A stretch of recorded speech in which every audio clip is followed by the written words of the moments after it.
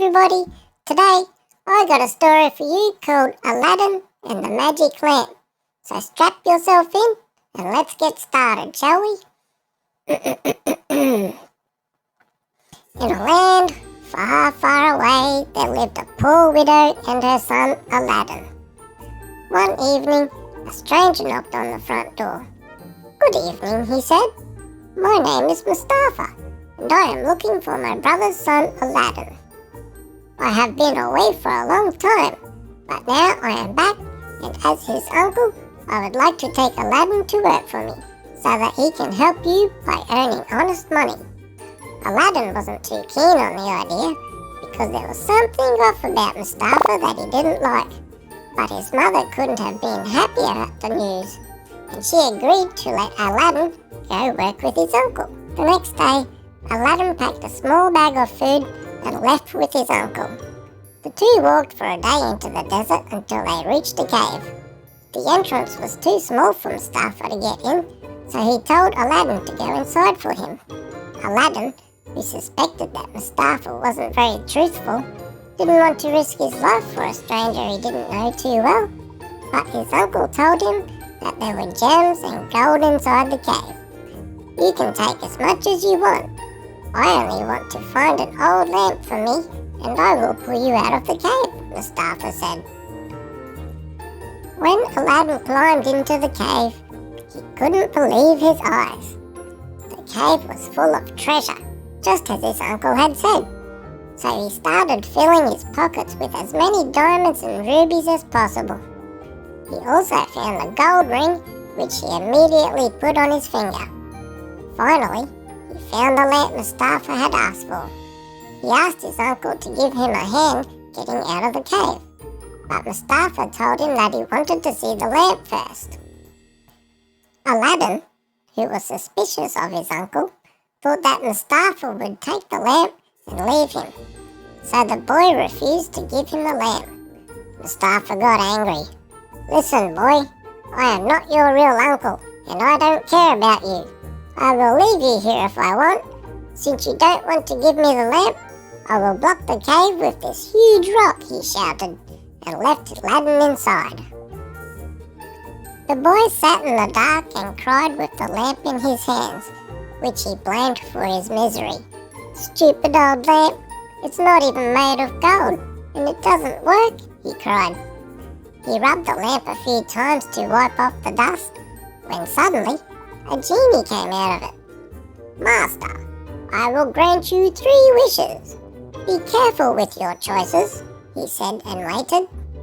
Aladdin was shocked, but he quickly answered, "Take me home." And in just that next moment, he was sitting at home right before his mother, who almost fainted at the appearance of her son out of the blue. Aladdin told her all about Mustafa and the cave that held the treasure. While talking about the treasure, Aladdin rubbed his ring and a second genie appeared. This time, Aladdin's mother fainted. "Master, I can grant you 2 wishes. Choose carefully," advised the genie, and waited. "It's easy. Give us enough gold and gemstones so that we can be rich until the end of our lives and even longer," said Aladdin. And just like that, their old house disappeared in a moment, and Aladdin and his mother found themselves sitting in the many rooms of their new place, dressed in silk and cashmere, and they lived happily ever after until one day, as he was walking around the city with his friends, Aladdin saw an exceptionally beautiful girl. He immediately fell in love with her. She was the Sultan's daughter, the young Princess Yasmin. She was the gentlest, most adorable, and the very prettiest girl that he had ever met. Princess Yasmin liked him too, and a few days later, Aladdin went to the palace where the Sultan lived. "I want to marry your daughter," Aladdin said to the Sultan, as if he were a sultan too. Instead of getting angry, the Sultan laughed. "You will have to have a palace at least like mine to ask for my daughter's hand," he said. "You will have a palace by tomorrow," Aladdin replied, and the same night he was alone, he asked the genie from the lamp to grant him his second wish, to have a place as big as the Sultan's and right next to it. And just like that, the palace was there the next morning. So, the Sultan let his daughter marry Aladdin. After the Sultan's death, Aladdin ruled the country and everyone lived happily. This news reached Mustafa, who knew how Aladdin had become so rich and powerful. He thought of a plan to get the lamp.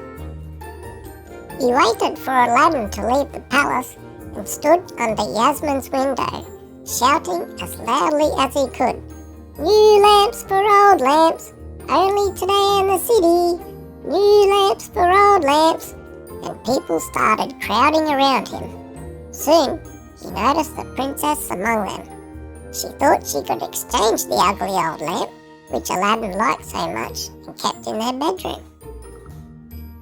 As soon as he got the old lamp, Mustafa immediately rubbed it, and the genie came out of it with the same words, "Master, I will grant you 3 wishes. Be careful of your choice." "Stop talking," Mustafa yelled. "I want you to take me, Yasmin, and her palace as far away from here as you can, so far that Aladdin wouldn't find us, even if he rode for 3 days and 3 nights. When Aladdin came back in the evening, he found to his surprise that Yasmin and the whole palace were missing. He searched for them for 3 days and 3 nights, and when he couldn't find them on his own, Aladdin rubbed the ring and asked the genie from the ring to grant him his second wish, to get him to Yasmin. As soon as he wished for it, he found himself in Yasmin's room. "My dearest Aladdin, I knew you would find me." They hugged and thought through how to trick Mustafa, so that he couldn't do any more harm. Aladdin hid in the palace, and Yasmin went to find the vicious man.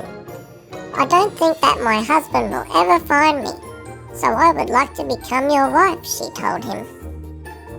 Mustafa believed her. He decided that this was the best day of his life, and he got so drunk that he fell asleep. Yasmin quickly took the lamp and ran to find Aladdin. And so, they rubbed the lamp and asked the genie to take the palace back to its old place. Soon, they were in their old city and everything seemed to be back to normal, but with one little exception, Mustafa. Aladdin asked the genie from the lamp to grant his last wish and to turn Mustafa into a frog so that he could never bother them again. When they had no more wishes left, they returned the lamp and the ring to the cave and lived happily ever after. The end. Okay guys, I hope you enjoyed today's video, because that's enough for me today. And remember, my name is Cheezy, and I'll see you on the next one. Bye!